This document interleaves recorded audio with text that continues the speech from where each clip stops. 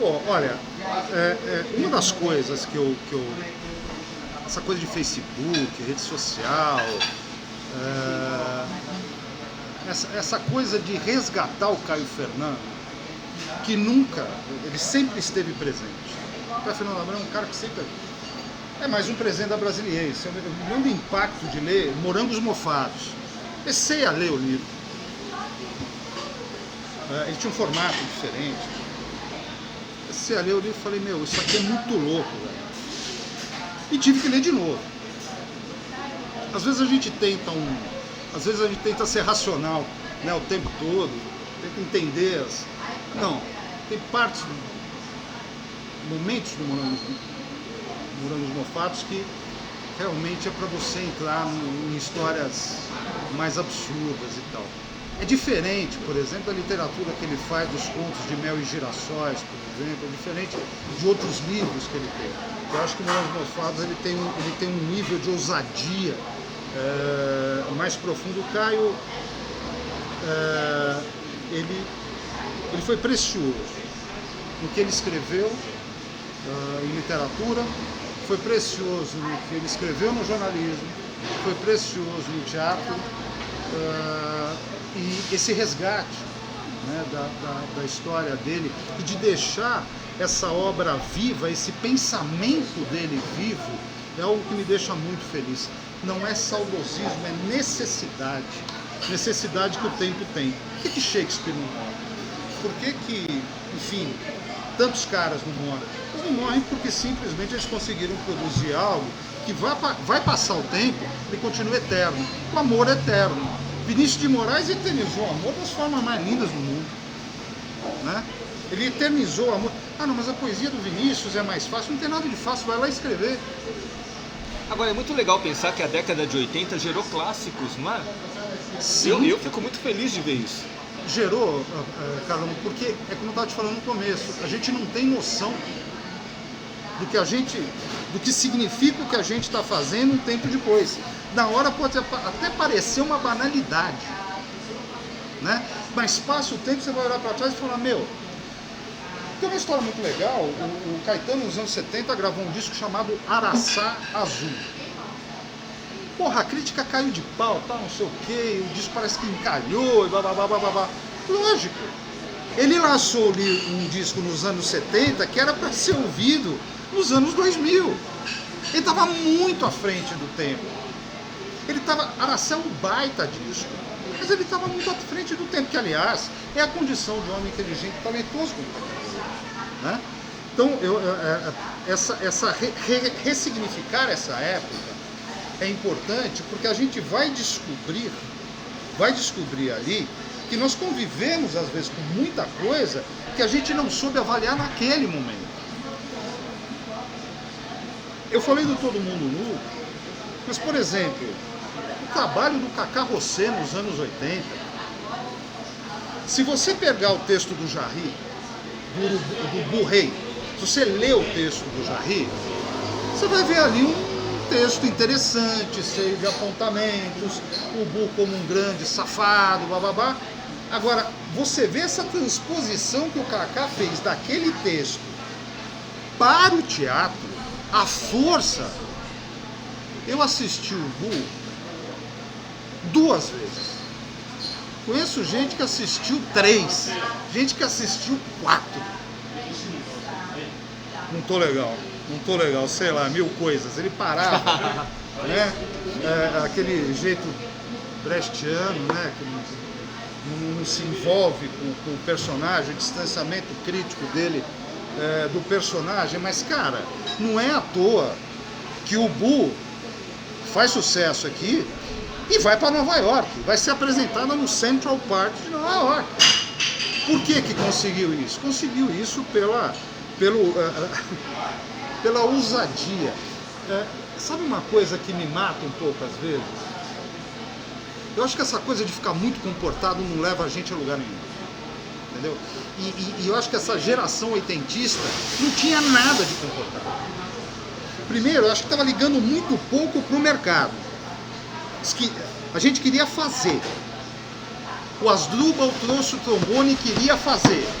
foi muito experimental, eu acho, também, né? Mas o De experimental... muita experimentação. Foi, mas o experimental, o Asdrubal era o Luiz Fernando Veríssimo, que todo mundo conhece. Regina Casé, que todo mundo conhece. Enfim, o Pó de Minoga, tanto o Asdrubal como o Pó de Minoga, Cariocas.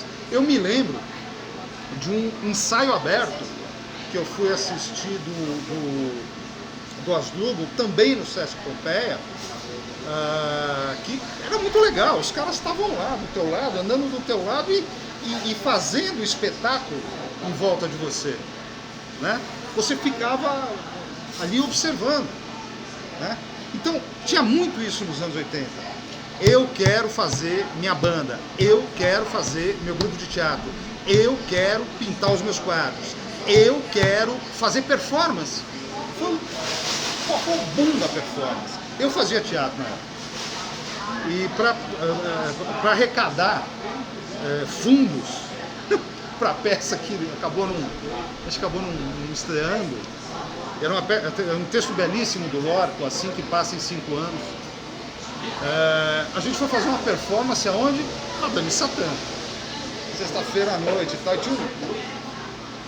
Tinha um caixão, o cara levantava do caixão, aí a gente matava o cara de novo e começava a comer à mão. Então um tinha que fazer frutapão para comer e tal. Só que teve que arranjar um caixão, velho. Aí um colega meu chegou na tarde da sexta-feira, a gente tava arrumando lá uma Dani Satã pra performance. Cadê o caixão? O Eugênio, um colega nosso, ligou para um cara do TBC, Teatro Brasileiro de Comédia, estava ali do lado, e falou: bicho, eu preciso de um caixão cenográfico. Ela falou: tá aqui, pode pegar. Falei: você tem carro? Não. Vou pegar o caixão na mão. Então a performance começou ali. Eu e ele levando o caixão. Eu falei: vamos fazer teatro, né? Teatro participativo, teatro invisível, né? E fomos levando o caixão, 4 quadras. Ali começou a performance, com as pessoas no meio da rua. Algumas riam, mas a maioria a morte é tabu, né? A morte é tabu, o tratamento dos mortos é tabu e tal, né? Um momento derradeiro da vida é tabu. Você imagina 2 loucos no caixão. Foi muito legal. Foi muito legal. Era um tempo de afirmação. Era o tempo que a mulher falava o seguinte: eu vou fazer uma produção independente. Ou seja, eu vou ter um filho, eu não preciso de homem. Eu preciso de homem para contribuir com o espermatozoide. O resto eu faço. As pessoas começaram a admitir que elas precisavam assumir sua sexualidade. Então quando você começa a ver o cara falando: não, eu sou gay. As pessoas começam a exercer um pouco mais as suas características, a independer um pouco mais do sistema. A gente sabia que o sistema existia, a gente sabia que ele era presente, a gente sabia que ele comia, a gente sabia que a gente precisava do emprego, mas a gente também sabia que nós não somos presos de consciência. Aquela coisa que o aluno fala, preso de consciência e tal, não somos. O que a gente faz na nossa vida privada é problema nosso. A gente começa a se assumir mais como pessoa. Tinha aquela moda do fio dental, fantástica, né? As meninas botavam aqui fio dental. E tanto faz se você tinha uma bunda mais isso ou mais aquilo. As pessoas queriam nascer felizes. Acho que hoje a gente volta a se reprimir muito mais. Ah, não vou sair de casa, que lascou a unha. Nos anos 80 não tinha isso. Lascou essa unha, eu lascava todas as outras e ia pra vida. A felicidade era uma possibilidade. As possibilidades de felicidade estavam na nossa frente. A gente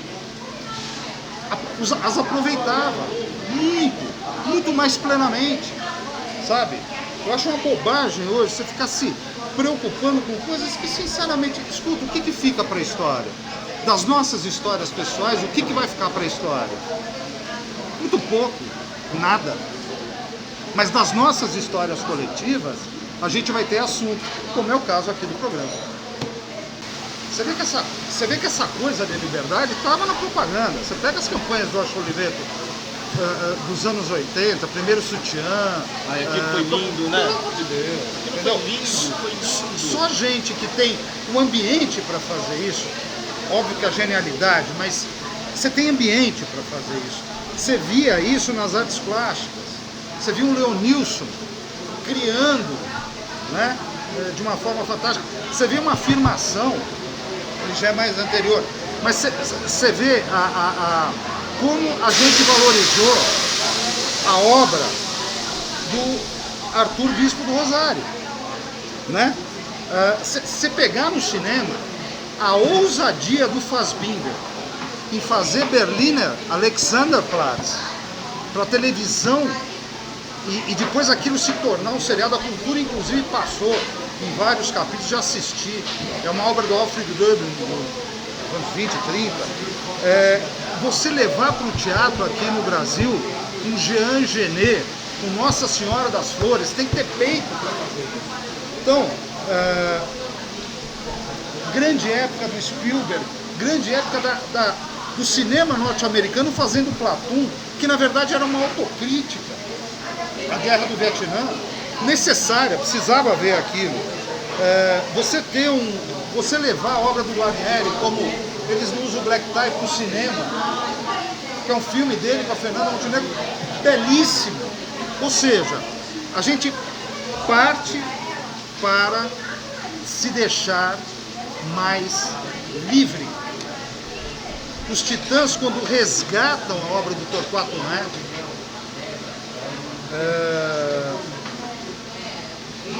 na sua música, né, do Go Back, o Torquato foi um dos caras mais criativos dos anos 70. Tem um documentário dele, para quem quer conhecer. Tem o livro Os Últimos Dias de Paupéria, que eu recomendo, e tem outra biografia, eu li as duas. O filme dele é Todas as Horas do Fim, que é como ele termina o poema Cogito, né? Eu sou como eu sou, vidente, e vivo tranquilamente todas as horas do fim. Foi um cara genial. Saber naquele tempo resgatar o Torquato, que nunca nos deixou, que ele foi um das cabeças do movimento tropicalista, como a gente estava antenado, como a gente sabia estar antenado. Eu gostava muito do Camisa de Vênus, porque o Marcelão sempre falou um pouco dessas coisas também, da gente estar mais antenado com a vida ou não. Do Frontal, cara, não tinha no Frontal antes. Playboy vinha lá, você via uma bundinha, um peitinho e tal. De repente a gente escancara isso. De repente Joãozinho 30 leva pro carnaval, leva pra avenida. Era pinto, peito e bunda, foda-se. Porque a gente ficou muito tempo sem saber o que era isso. E aí vem um cara com uma das coisas que mais encantam, que mais magnetizam o público, que é essa festa fantástica do carnaval, e esse gênio chamado Joãozinho 30 fala: o carnaval tem que entrar nessa história, nessa vibe estética que a gente está vivendo. Depois acaba, a gente vê tanto que já não tem mais graça, mas naquele momento teve. Tudo tem fim. Tudo tem começo, meio e tem fim. Para mim o fim dos anos 80, daquela vibe mais louca, ela se dá... É inacreditável o impacto da AIDS no nosso comportamento. A gente estava com um comportamento livre, todo mundo se dava muito bem com todo mundo, blá blá blá. De repente vem um negócio que você não sabe o que é, que começa a levar a gente do dia para a noite. A gente perde Flávio Império, né? A gente perde Luiz Roberto Brandi Carvalho Galícia, a gente perde o Lauro Corona, e era tudo assim, estrada, enfim.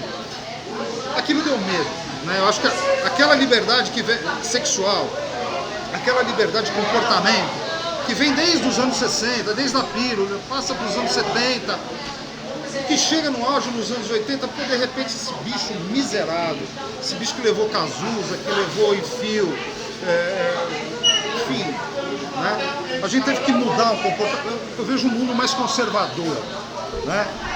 Se a gente soubesse que era só usar camisinha, né? Outra coisa, né? A gente passa a olhar mais para si, ser mais competitivo. Os yuppies também surgem, né? Aqueles caras com vontade de ganhar dinheiro surgem também nos anos 80. Então eu acho que dá para falar muito mais. Mas acho que é uma pincelada para você que está em casa. Alguns vão rever algumas coisas e outros vão ter muito que correr atrás. Uma coisa que eu digo, acho que a gente deve ser feliz por ter feito parte de algo que hoje pode muito bem fazer parte de você. Obrigado pela oportunidade. Valeu, Fernando. Então a gente agradece muito aqui a participação do Fernando. Esse é um programa dedicado a vocês, para a gente compartilhar um pouco a esperança, a alegria, a vibração dessa década tão bonita que foi a década de 80. Tá? Muito obrigado. Obrigado. Valeu.